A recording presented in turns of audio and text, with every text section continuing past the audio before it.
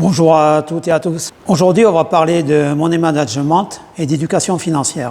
Je vais vous expliquer pourquoi.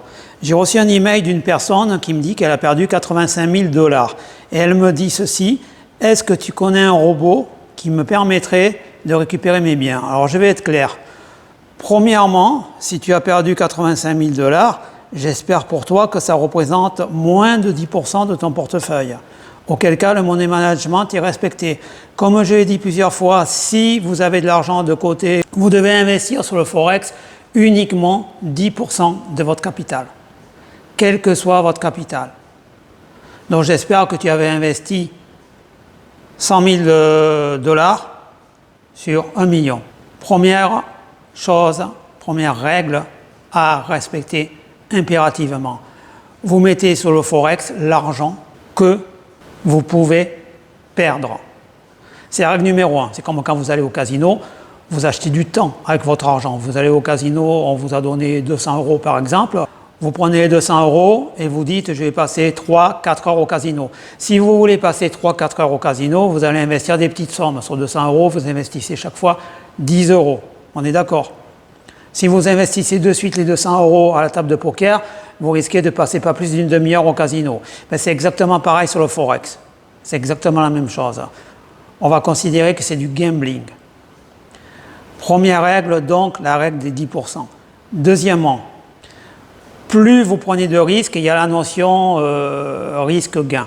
Plus vous prenez de risques élevés, plus vous risquez de gagner gros ou de perdre gros. Je vous fais le parallèle avec la conduite sur l'autoroute. Vous prenez une voiture puissante, une Ferrari par exemple. Si vous roulez à 250 à l'heure de moyenne, pour peu que ça soit possible, entre Marseille et Paris, vous allez gagner beaucoup de temps. Mais votre probabilité de vous tuer est élevée. Si vous roulez, si vous respectez les limitations de vitesse, si vous roulez à 130 à l'heure de moyenne, voire 100 à l'heure de moyenne, vous avez de grandes chances de mettre beaucoup plus de temps, mais d'arriver vivant. C'est exactement la même chose sur les marchés financiers, quels qu'ils soient d'ailleurs, pas uniquement sur le Forex. Donc, deuxième règle. Quel risque voulez-vous prendre pour gagner quelle somme? Donc, pour répondre concrètement à cette question, est-ce que je peux te permettre de récupérer 85 000 $?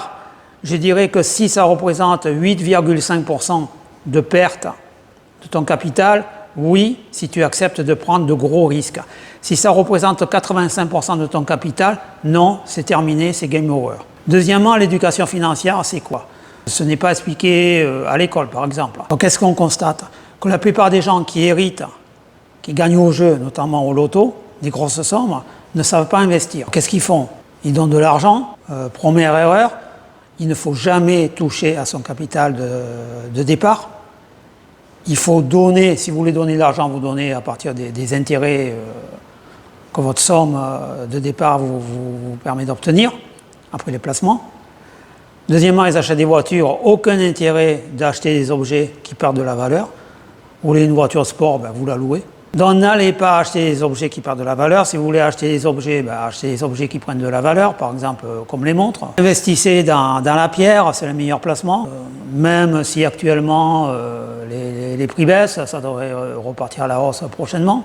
Mais c'est la même chose, si vous investissez dans la pierre, attendez-vous au pire, c'est-à-dire est-ce que vous êtes capable de tenir une certaine période de temps sans loyer? Imaginez que le locataire ne vous verse pas de loyer, est-ce que vous pouvez tenir financièrement pendant 6 mois, 1 an? Si c'est oui, investissez. Si c'est non, n'investissez pas. C'est exactement la même chose pour le Forex. Autre chose, donc cette personne m'a dit: est-ce que tu connais un robot qui me permettrait de récupérer mes pertes? Non, non. Je ne conseille pas déjà d'investir dans un robot qui est vendu sur le net. Pourquoi? Parce que si la personne qui vous vend ce robot avait le robot parfait qui vous permet de gagner de l'argent, ça paraît évident, il ne le vendrait pas. Parce que plus de robots seront diffusés sur le net, plus les volumes vont augmenter à certains cours sur lesquels le robot va rentrer, plus ça sera détecté par la concurrence, par les robots des banques, etc., qui vous prendront à contre-pied, dont le robot ne fonctionnera plus. Deuxièmement, pour utiliser un robot, il faut comprendre comment il fonctionne, quel est son mode de fonctionnement, pour pouvoir l'ajuster. Troisièmement, il faut pouvoir adapter les paramètres en fonction du marché. Le marché est volatile, le marché évolue en fonction de certaines situations fondamentales, je dis bien certaines situations fondamentales. Le marché est trompeur, c'est-à-dire, je vais faire une vidéo spécifique là-dessus, il y a beaucoup de spoofing, de faux ordres lancés par des robots qui sont annulés au dernier moment pour vous faire croire que le marché va repartir à la hausse ou à la baisse. Donc c'est l'équivalent du poker menteur. Le forex ou les marchés financiers sont l'équivalent du poker menteur. Et on ne s'improvise pas joueur de poker professionnel du jour au lendemain. Il n'y a pas de méthode miracle. Il y a beaucoup de stratégies et il y a aussi beaucoup de bluff. On le sait. Poker menteur, c'est le bluff. On fait croire que les marchés financiers, c'est la même chose. Certains robots vont sur le carnet d'ordre passer plusieurs centaines, voire milliers d'ordres d'achat. Donc vous allez vous positionner en vous disant le marché va monter, si vous tradez au carnet d'ordre, et vous verrez très vite que les ordres, une seconde avant, sont annulés automatiquement. Et le marché va baisser. Il vous prend en contre-pied, c'est-à-dire que vous vous êtes fait avoir. Et vous vous ferez avoir systématiquement. Le marché est très volatile. Et quelquefois, il y a des retracements, quelquefois, il n'y en a pas. Donc les gens qui me disent qu'il suffit de trader les retracements, oui, dans certaines périodes, non, dans d'autres périodes. Donc vous devez adapter vos stratégies. Pour faire un parallèle, vous n'allez pas escalader la tour Montparnasse comme ça. Il vous faut une préparation physique, une préparation mentale, une préparation d'escalade, une préparation en musculation, etc. Et donc vous allez prendre votre temps, vous allez escalader étage après étage, ça va vous prendre des heures pour escalader la tour Montparnasse ou la tour Total. C'est exactement pareil. La personne qui me dit est-ce que tu peux me récupérer 85 000 € rapidement, c'est exactement comme si elle me dit je veux escalader la tour Montparnasse, non pas en 2-3 heures, mais en 3 minutes. Non, non, ou alors tu prends l'ascenseur. Voilà, mais prendre l'ascenseur, ce n'est pas faire de l'escalade, c'est de la triche.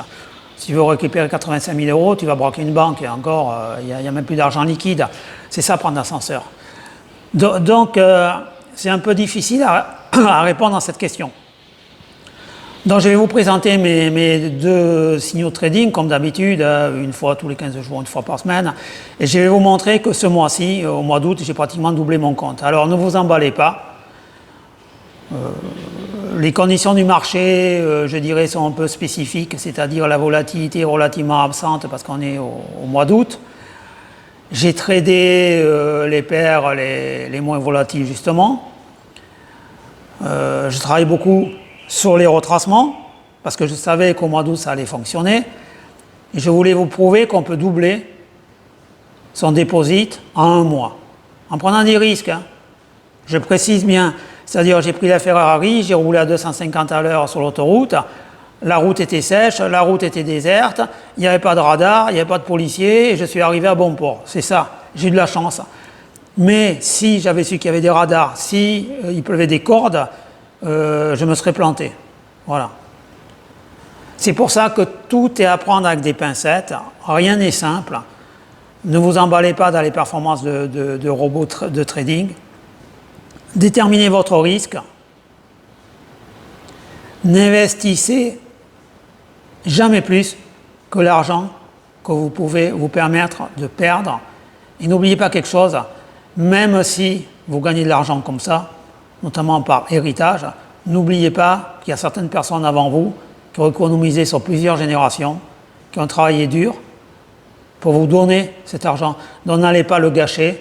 N'allez pas le donner à des bonimenteurs qui vont vous vendre une information bidon. Gardez-le, investissez sur des comptes démonstration avec de l'argent virtuel. Pendant des mois, voilà, vous allez ronger votre frein et vous verrez que ce n'est pas du tout évident. Vous avez autant de chances de gagner de l'argent sur le Forex que vous avez de chances d'éditer un livre que vous auriez écrit et que ce livre sera vendu à des millions et des millions d'exemplaires dans toute la planète. C'est exactement la même probabilité. Donc ne vous emballez pas, ce n'est pas parce que vous avez écrit 3 phrases que vous avez écrit un livre et que ce livre se vendra. Je vous publie mes signaux ci-dessous, dans la partie commentaires, sous la vidéo. À vous de juger, à vous de jouer, si cela vous intéresse. Bonne journée.